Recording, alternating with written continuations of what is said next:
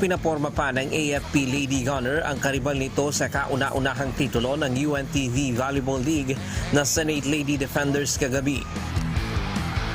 Sa harap ng libu-libong manonood sa PhilSports Arena sa Pasig City, pinataob ng AFP ang Senate sa straight sets, 25-16, 25-13 at 25-18. Nauna ng tinalo ng AFP ang Senate sa Game 1 ng kanilang Best of 3 Final Series noong October 12 sa Phil Oil Center sa San Juan City. Kami yung unang nanalo. Kami yung unang nag-champion. Sa prehistory ng first UBL na kami yung nag-champion. Sa practice, pinag-aralan namin yung mga galaw nila. Kaya, yun, nanalo kami. Tinanghal namang Aboitiz Power Finals MVP si Corporal Divine Eguia ng AFP. Masaya po kasi yung sa pagkapanalo namin is madami kaming napasayang tao. Madami kaming na-inspire na mga kabataan at saka yung mga tao na sumusuporta sa UBL. Ang sabi lang po ng coach ko sa Navy na sige lang, magtrabaho ka lang. So hindi po ako nag-expect na magkakameron ako ng ganitong award. Enjoyment lang po kami. No pressure po sa amin. Tapos sundin lang po namin kung ano po yung goal namin na makuha namin yung championship. Yun lang po yung sabi ng coach namin. Magkakamit ng 500,000 pesos ang chosen beneficiaries ng nagkampiyon na kupunan na AFP Educational Benefit Systems Office. 250,000 pesos naman ang maiuuwi ng Senate para sa beneficiary nito na Senate Spouses Foundation Incorporated. 100,000 para sa Moral and Welfare Division at tig 50,000 pesos naman na consolation prize para sa beneficiary ng DFA, Judiciary at Ombudsman. Malaking tulong po siya kasi dahil po dito makakapag-aral po ako at makakapagtapos po ako ng kolehiyo. Sobrang saya po kasi nag-effort po sila para tulungan po yung mga beneficiary po ng India. Thank you po sa AFT dahil po sa kanya nakapag-aral po kaming mga beneficiary, and thank you din po sa UNTV and sa mga nag-organize po nitong event. Samantala, tinanghal na Aboitiz Power Season MVP ang dating college varsity player mula sa Davao na si Yamporio ng PNP. Bukod dito, siya rin ang napili bilang opposite spiker at best scorer. Best open spiker naman si Marilyn Boras ng Judiciary. Best server si Kiri Joy Betinho ng AFP. Best setter si Marian Joyce Olores ng AFP. Best libero naman si Marisa Tumpalan mula sa PNP at best import na si Joanne Bunag ng AFP. Dati, oo, meron best blocker, ganon, best opposite hitter, pero ngayon talaga yung never pa ako naging MVP.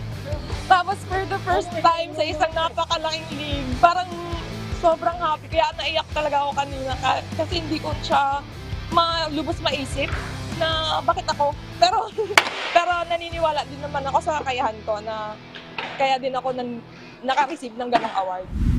Bigumang makuha ang kampyonato. Ayon kay Senate Lady Defender Head Coach Roger Gorayev, kung pipiliin pa siyang maging coach sa susunod na season ng UBL, siya daw mismo ang pipili ng mga players at paghahandaan nila ng mas maaga ang liga. Sa matagumpay na unang season ng UBL, marami daw na magkaka-interes na sumali sa liga at magandang oportunidad daw ito lalo na sa mga volleyball player na hindi na nakapaglaro sa collegiate level. Bihira kasi yung ganitong may charity na liga. No? Nakakatuwa nga kasi yung UNTV nag-initiate ng ganito. Kasi normally yung sinasalihan ng liga, yung mga professional league yun taka sa collegiate.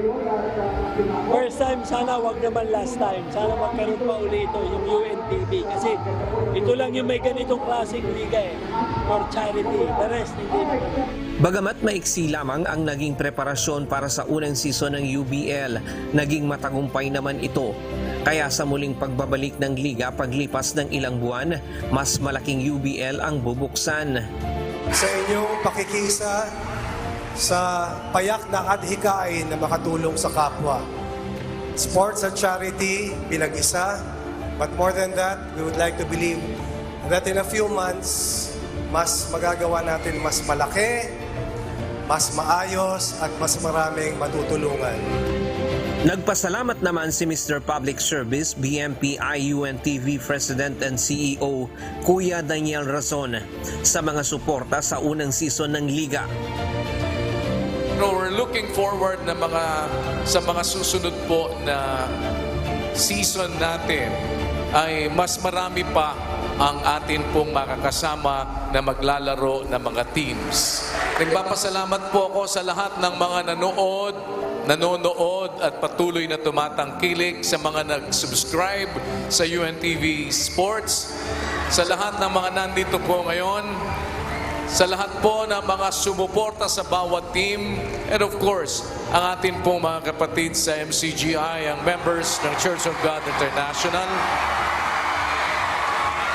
na kasama natin palagi sa lahat ng mga advokasya na makabubuti para sa ating mga kapwa-tao.